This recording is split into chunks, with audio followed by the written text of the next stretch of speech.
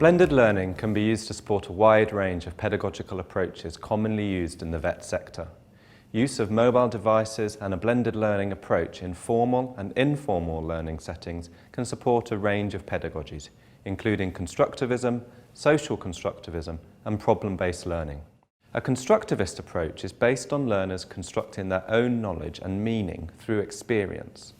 This includes learners engaging in real-world activities, building on their prior knowledge and experience, developing relevant skills and independence, and working with teachers as facilitators instead of instructors, and using formative assessments to inform future learning needs. In this first case study, think about how the mobile app used by Prospect Training Services supports a constructivist pedagogy.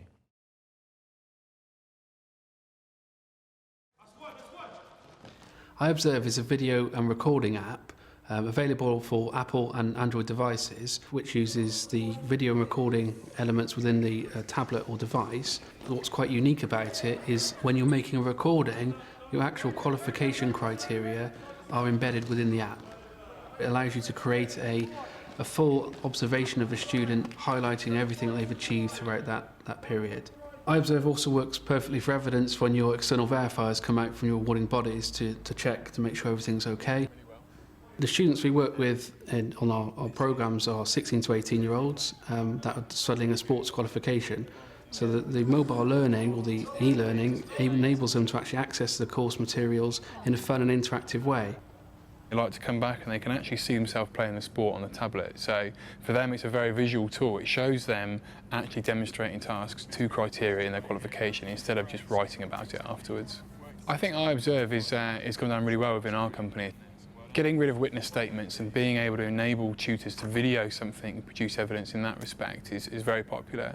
Social constructivism is a hypothesis that states that individuals learn as a result of social interaction and collaboration with others. And it's evolved from Vygotsky's activity theory and the notion of the zone of proximal development. In this digital age, social constructivism is exemplified by online courses such as Blended Learning Essentials, where learners can share ideas and knowledge in a collaborative space to increase their own personal knowledge.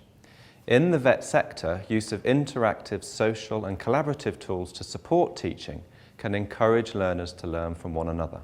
In the next case study from Borders College, listen to how Nigel uses a wide range of social tools to support his learners' success. I use a combination of Flickr and I also use Facebook.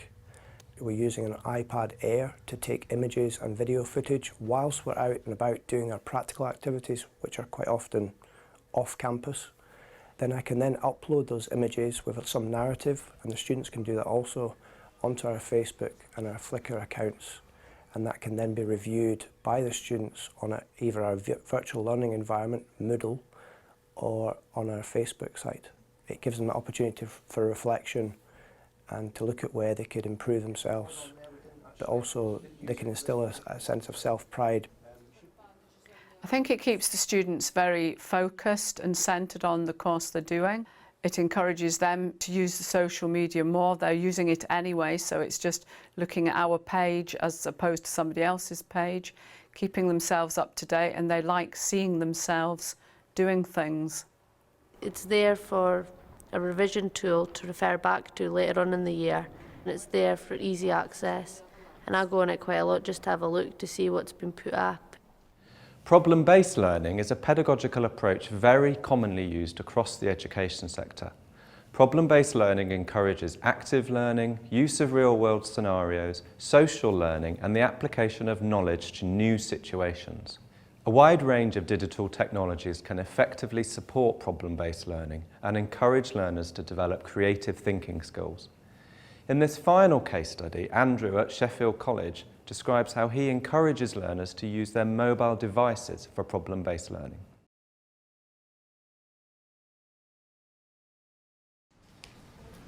It's always a visual outcome that we're looking for, so that's generally the problem, is how can we communicate visually.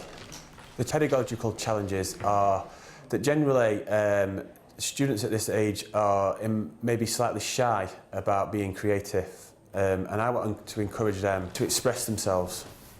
I think they find it fun that it's modern technology, and sometimes that masks the fact that they're actually being really creative. I'm trying to encourage students to use their mobile devices that they have access to.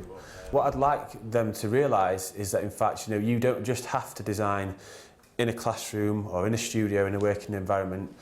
The technology now allows you to design when you're out and about.